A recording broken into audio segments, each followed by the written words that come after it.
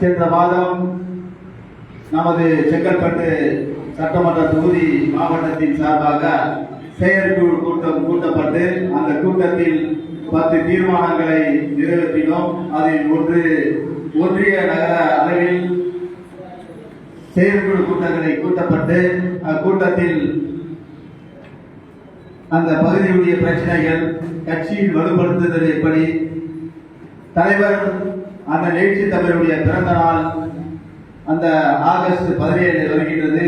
அந்த 17 இன்று தலைவர் அந்த மாநாட்டுக்கு நமது செங்கல்பட்டு தொகுதி மாவட்டத்திலிருந்து ஏராளமான வாகனங்களில் சென்று அந்த மாநாட்டை சிறப்பிக்க வேண்டும்.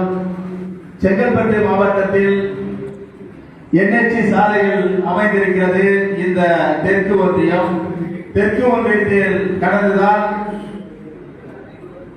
சென்னைக்கு செல்ல வேண்டும். பாலாற்று பீரங்கி வழியாக வந்து சென்னைக்கு செல்ல வேண்டும். அந்த வழியில் தான் இந்த தெற்கு ஒன்றியம் அமைந்திருக்கிறது.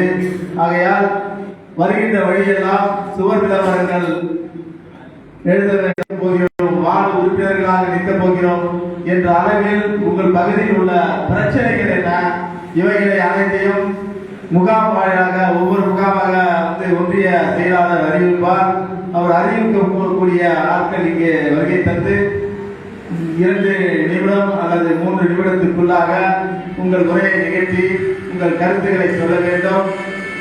இந்த கட்சியின் வளர்ச்சிக்காக ஒவ்வொரு விடுதலை சிறுத்தைகளும் இது நமக்கான கட்சி, நமது தலைவர் இந்த மக்களுக்காக, எளிய மக்களுக்காக போராடி கொண்டிருக்கும் அதிகாரத்தை அடைய வேண்டும் என்பது அளவில் நாம் இந்த கட்சியை வலுப்படுத்துவதற்கான அனைத்து ஏற்பாடுகளும் செய்ய வேண்டும். ஆகையால் வருகின்ற தோழர்கள் கட்சியினுடைய வளர்ச்சிக்காகவும் மாநாடு எப்படி சிறப்பாக செய்ய வேண்டும் என்பதற்கான விளம்பரம், வாகனங்களோடு எப்படி கலந்து கொள்வோம் என்பதையும் பேச வேண்டும்.